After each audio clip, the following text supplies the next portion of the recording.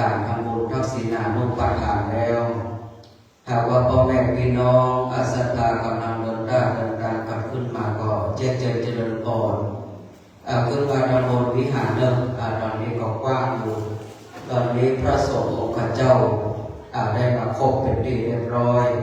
รอพ่อแม่พี่น้องอาศรัทธาที่เราจะได้ทำบุญอุทิศส่วนบุญส่วนกุศลไปหาหลวงปู่อุบาสิมันพร้อมด้วยญาติพี่น้องผู้ล้มหายตายจากไปดังนั้นพ่อแม่พี่น้องศรัทธาที่เดินทางกันเข้ามาณเวลานี้หากว่ายังมองขั้นตอนพิธีคือเดินเจิญขึ้นมาบนวิหารเดิมเดี๋ยวเราจะได้เจอพ่อแม่พี่น้องศรัทธาได้วางพระใดแล้วก็กรวดน้ำอุทิศหมายการหากว่าพ่อแม่พี่น้องนั่งแตกก็ได้เก้าอี้น้อยเรามีเลิกศรัทธาเก้าอี้น้อยอยู่ตามหน้าวิหารดังนั้นเราก่อนที่จะถึงพิธีนี้ก็วางเพลงบรรเลงกันไปเนี่ยสักน้อยหนึ่งมันงอกมันเหงาเนาะดังนั้นจะมุ่งว่ามีงาน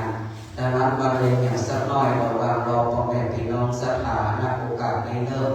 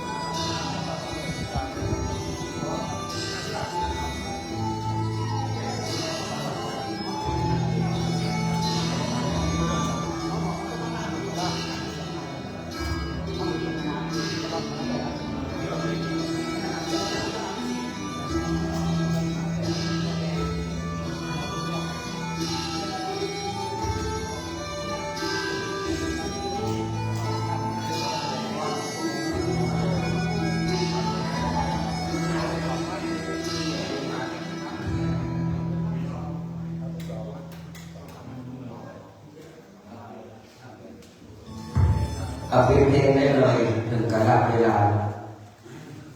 บอกคิดว่าทุกสิ่งทุกอย่างพร้อมการทำใน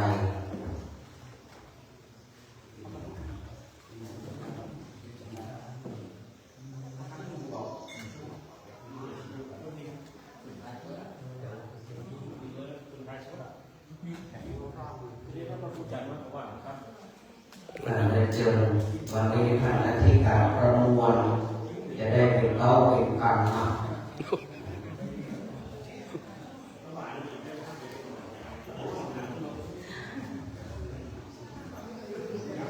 ได้เจอคนหาสีขึ้นมาดำบนไปเริ่ม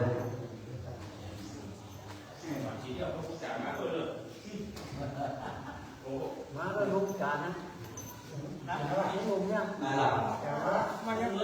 ตอนนั้นขึ้นมาดำบนเลยเริ่มพิธีจะเริ่มแล้วทำตอนนั้นมาขึ้นมาเลย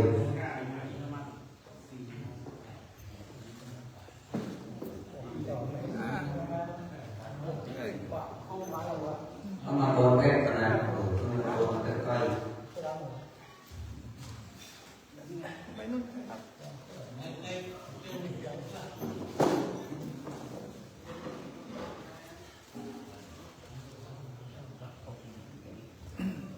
สถานของพี่น้องเอาไว้พักหนึ่ง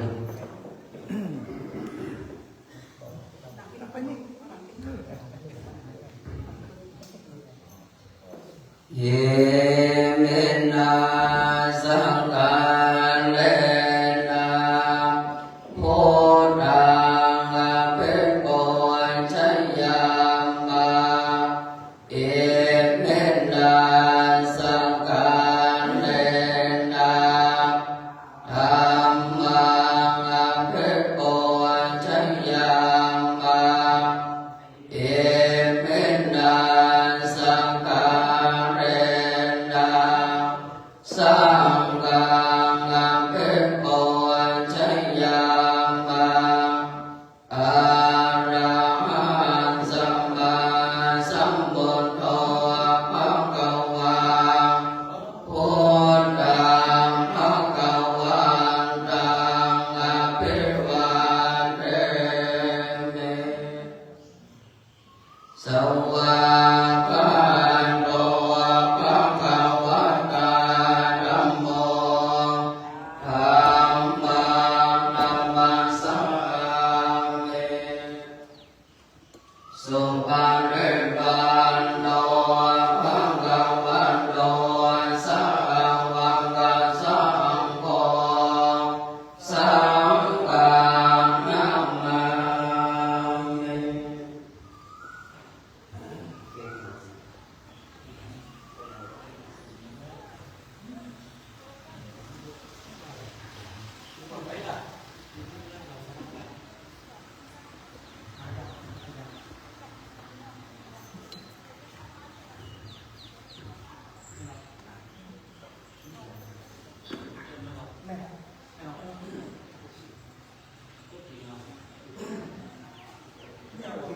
ยังปัญเจ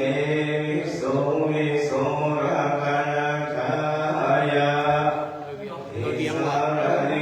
รสหปัญจสิรานิยจามาตุติยมปินะยังปัญเจวิโสวิโสระกานาคายา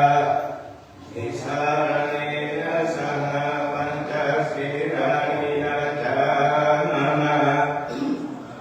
อานิยมปิ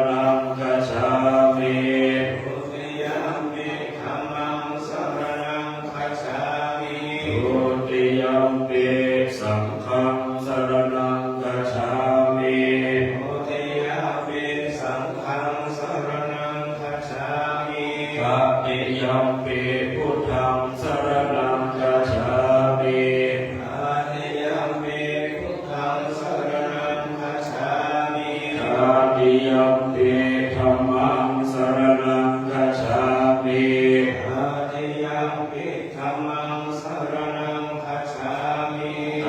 ติยัมปิสังฆังสรณังคัจฉามิตติยัมปิสังฆังสรณังคัจฉามิปานาติปาตาเวรมณีสิกขาปะทังสมาธิยามิปานาติปาตาเวรมณีสิกขาปะทังสมาธิยามิอาทินนาทานาเวรมณีสิกขาปะทังสมาธิยามิอาทินนาทานาเวรมณีสิกขาปะทังสมาธิยามิกาเมสุมิจฉาจาราเวรมณีสิกขาปะทังสมาธิยามิกาเมสุมิจฉาจาราเวรมณีสิกขาปะทังสมาธิยามิมุสาวาทาเวรมณีสิกขาปะทังสมาธิยามิมุสาวาทาเวรมณีสิกขาปะทังสมาธิยามิสุราเมรยมัชฌัปมาทฐานาเวรมณีสิกขาปะทังสมาธิยามิสุราเมรยมัชฌัปมาทฐานาเวรมณีสิกขาปะทังสมาธิยามิอิมานิปัญจสิกขาปทานิสีเลนะสุขติยันติสีเลนะโภคสัมปัตตาสีเลนะนิพุติยันติตัสมาสีรังวิโสภะเย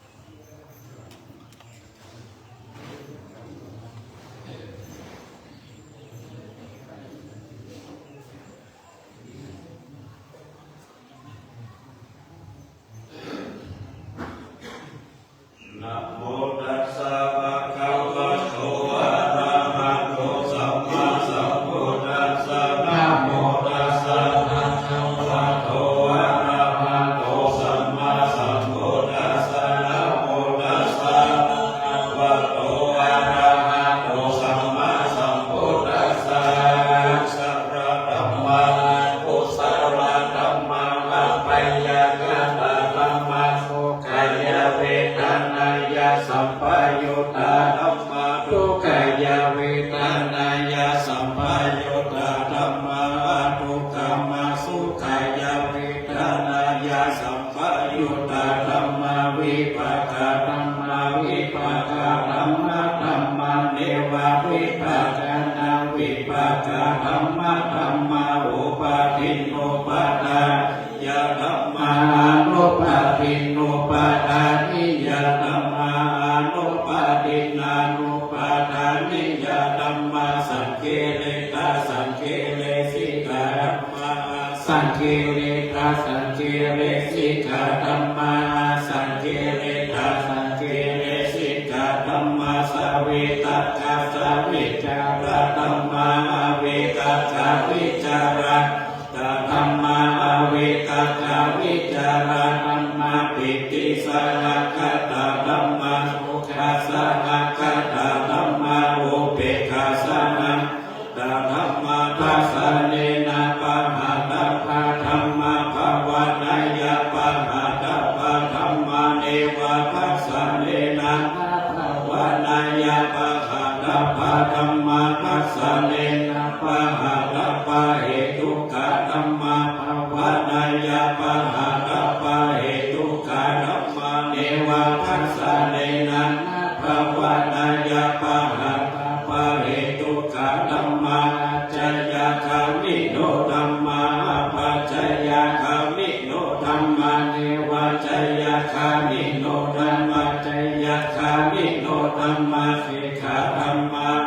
กขาธัมมาเนวะเสกขานัง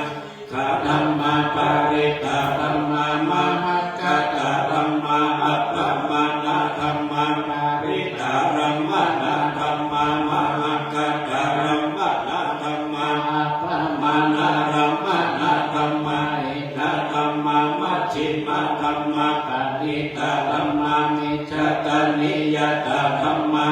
นิยตาธัมมาอนิยตาธัมมามัคคารัมมานาธัมมามัคคาหิทุกขาธัมมามัคคาติปติโนธัมมาอุปนาธัมมาอนุปนาธัมมาอุปาหิโนธัมมาอาติตาธัมมาอนาคตาธัมมาปัจจุปันนาธัมมาอาติตาธัมมานาธัมมาอนาคตารัมมานาธัมมาปัจจุปันนารัมมานาธัมมาอาชัตตาธัมมาภาหิตาธัมมาอาชัตตาภาหิตาธัมมาอาชัตตารัมมานาธัมมาภาหิตารัมมานาธัมมาอาชัตตาภาหิตารัมมานาธัมมาสันนิทัสสนาสัพพะติขาธัมมาอานิทัสสนาสัพพิติขาธัมมาอานิทัสสนาปฏิหาธัมมาเหตุปัจจโยอารัมมานาปัจจโยติปฏิปัจจโยอานันตระปัจจโยมานันตระปัจจโยสัมมาจัตตปัจจโยอัญญมัญญปัจจโยนิสัยปัจจโยอุปาณิสัยปัจจโยปุเรจตาปัจจโยปัจจจตาจโยอาศิวนาปัจจโยกัมมังปัจจโยวิภากาปัจจโยอาหาราปัจจโยอินทาริยัมปัจจโยชานะปัจจโยมัคคะปัจจโยสัมปยุตตะปัจจโยวิปยุตตะปัจจโยอติปัจจโยนัตถิปัจจโยวิคัตตาปัจจโยวิคัตตาปัจจโยกับพระเจ้าประสงค์ครูบาอาจารย์ทั้ง8รูปนะครับได้โปรดเมตตาในการสวดมาติกาเป็นที่เรียบร้อยแล้วนะครับลำดับต่อไปนี้นะครับก็จะเป็นการทอดผ้าไตรบังสกุลนะครับซึ่งก็มีรายชื่อรายนามทั้งหมด8ท่านนะครับที่จะได้เป็นตัวแทนนะครับในการทอดผ้าในโอกาสวันนี้นะครับเพื่อที่จะได้อุทิศถวายแด่จิตตดวงวิญญาณของหลวงพ่อพระครูสิริวัฒน์วิมลนะครับหรือครูบาเจ้าศรีมันยโสธโรนะครับกับโอกาสนี้นะครับผมขออนุญาตที่จะได้เรียนเชิญพ่ออุ้ยแม่อุ้ยนะครับนักศิลป์นักบุญดังต่อไปนี้นะครับที่จะได้เข้าทอดผ้าไตรบังสกุลนะครับครับสำหรับท่านแรกนะครับขอได้รับเกียรติเรียนเชิญแม่จันบานทรงกิจนะครับแม่จันบานทรงกิจเรียนเชิญแม่เพ็ญพลนานะครับเรียนเชิญพ่อสวัสดิ์แว่นใจเรียนเชิญนายเจริญเกิดนวลเรียนเชิญพระผู้ใหญ่อุดรเทพสิงห์เรียนเชิญพ่อจาปานคำเรียนเชิญคุณพ่อสุใจเพียรศิลป์เรียนเชิญพ่อประเสริฐทักกลกิจนะครับทั้งหมดแขกผู้ใหญ่ทั้ง8ท่านนะครับท่านแรกนะครับเรียนเชิญนะครับแม่จันบานทรงกิจนะครับเรียนเชิญเลยนะครับแม่เพ็ญพลนานะครับพระสวัสดิ์แว่นใจนายเจริญเกิดนวลพระผู้ใหญ่อุดรเทพสิงห์ก็จะปานคำก็สุใจเพียรศิลป์และก็พ่อประเสริฐทักกลกิจเรียนเชิญเลยนะครับได้เป็นตัวแทนของพี่น้องนะครับทอดผ้าไตรบังสกุลเบื้องหน้าของพระสงฆ์ครูบาอาจารย์ทั้ง8รูปนะครับ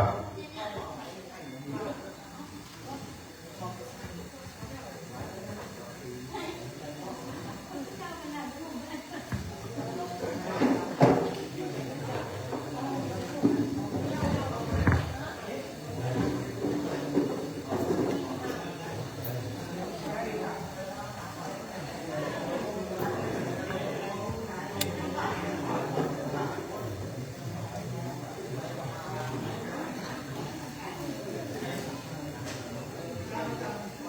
ตอนนี้นะครับพ่ออุ้ยแม่อุ้ยนะครับนักศิลป์นักโบนเฮาได้ร่วมกันนะครับในการทอดผ้าไตรบังสกุลนะครับก็จะได้อุทิศส่วนบุญส่วนกุศลพระบุญพระกุศลถวายแด่หลวงพ่อพระครูสิริวัฒน์วิมลครูบาเจ้าสีมันยัดโสทโรนะครับไหว้สา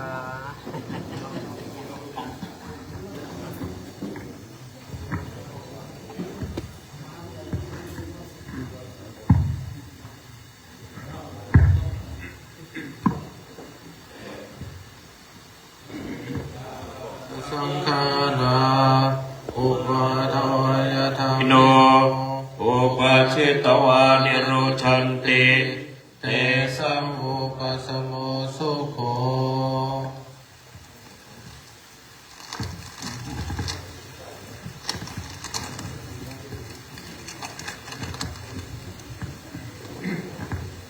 ต่อไปเชิญศรัทธาสาธุชนพี่น้องทุกท่านได้ตั้งใจรับพรเนอยะถาวะลิวะหาปุราปาลิปุเรนติสาคารังเอวะเมวะอิโตทินังเปตานังอุปกัปปติอิจิตังปฏิตังตุมหังคิปะเมวะสมิจันตุสัพเพปุเรนตุมนาลโสยะถามณิโชติระโสยะถา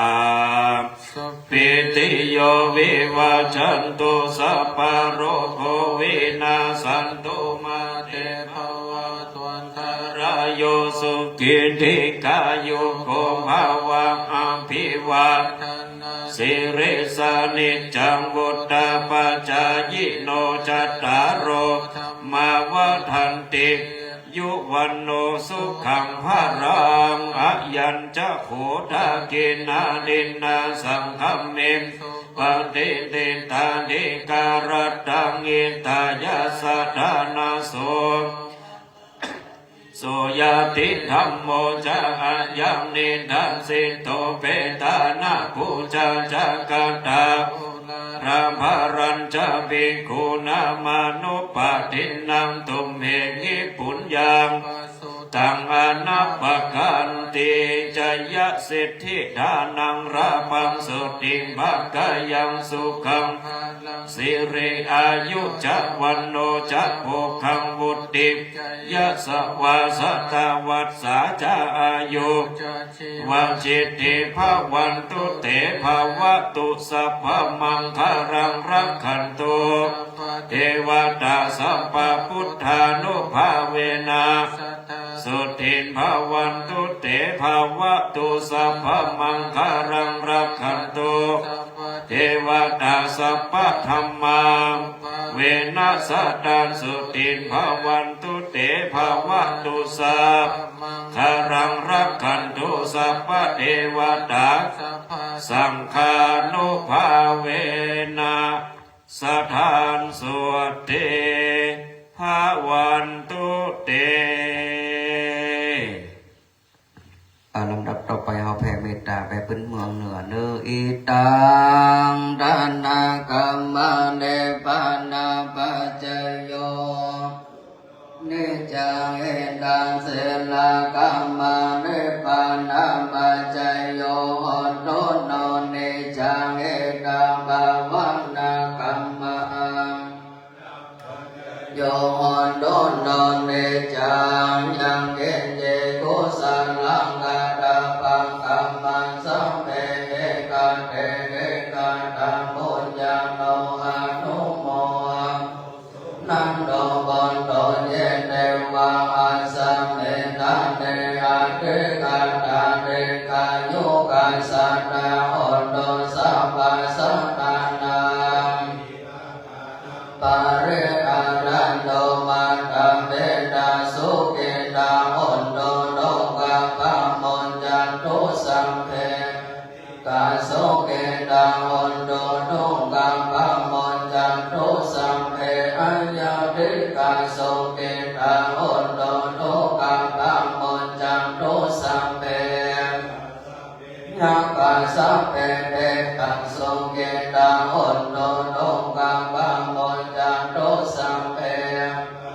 สุเกตังหุนโตโลกังบังโมจันโตสัมเพเทวาสุเกตังหุนโตโลกังบังโมจันโตสัมเพโยปัญญญาสุเกตังหุนโตโลกังบังโมจันโตสัมปะสัมปะเทนังตุโววันตาภิกขุตังสัพพังเมโตสังฆังมาทังเมปันเทวันดังเมตัมมาทังเมปันเทวันดังเมสังฆังสัพพังเมโตสังฆังมาทังเมปันเทวันดังเมกัลโลอุปัจจัยจังริเยสัพพังเม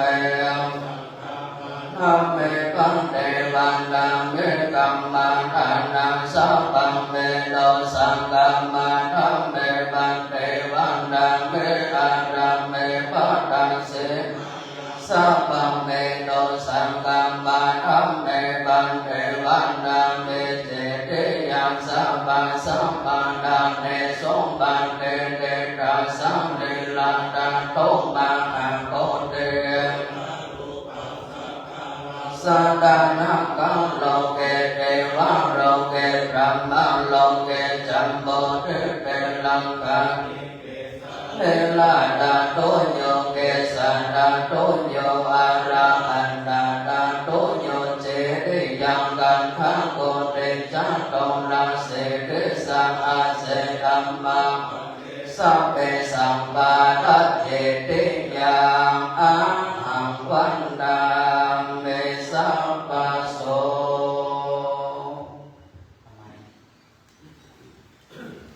เอาก้มหัวก็ประมาณน้องบรรทาหลวงพ่อเจ้าคณะอำเภอเด้อ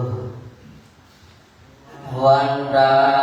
ภิปันเตสัพพังอปารานังกัมมาธัมเมปันเต